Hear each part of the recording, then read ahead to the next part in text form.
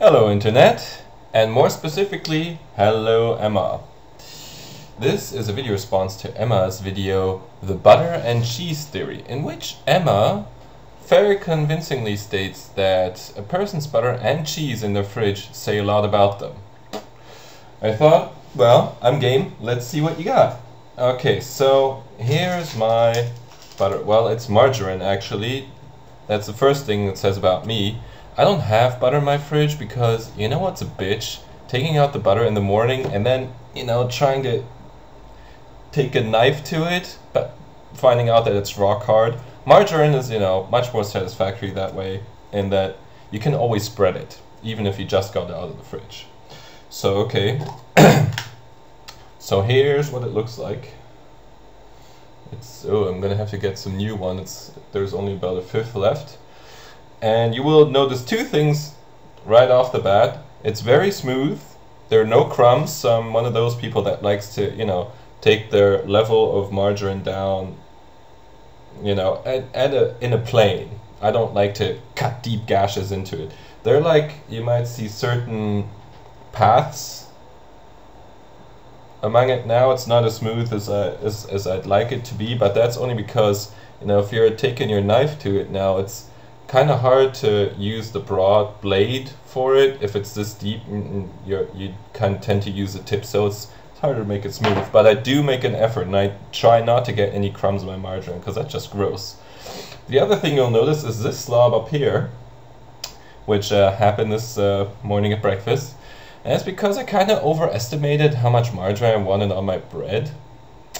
And turns out I got a little too much, and I scraped off the rest for use later. Now, I know, Emma, you're not going to be happy with that. That might make me kind of a slob, but it also means that I like to save, and I don't like to waste anything.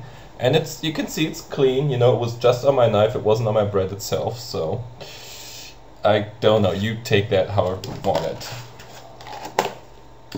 As for the cheese, yes, I'm one of those people that you talked about that are lazy and have only, squares that are each individually packed of cheese.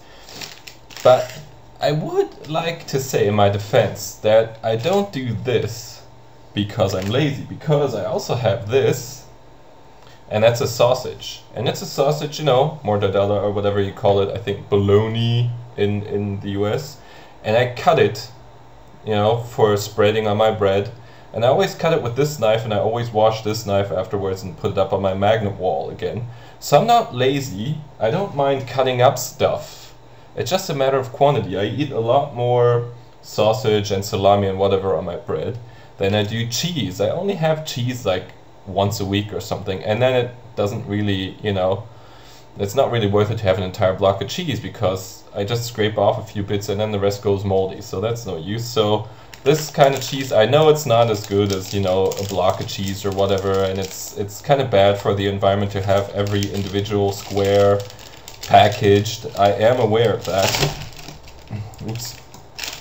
But, since they're all packaged individually, and since it's resealable, this stuff does last a lot longer than just a block of cheese. So even, seldom cheese eaters like me can have different varieties of cheese available in their fridge. Well, I hope you all learned something today. If you agree on Emma's cheese and butter theory and would like to show us your own cheese and butter, please go ahead, post your video as a response to mine, or better yet, post it to Emma's. In closing, I would like to add that a person's fridge does say a bit about them, especially the butter, I guess. But there are more reliable ways of knowing a person by their belongings. I'm thinking of taking a peek in their medicine cabinet first, and then their fridge. Take care, bye bye. Oh, and speaking of medicine, you know what my drug is?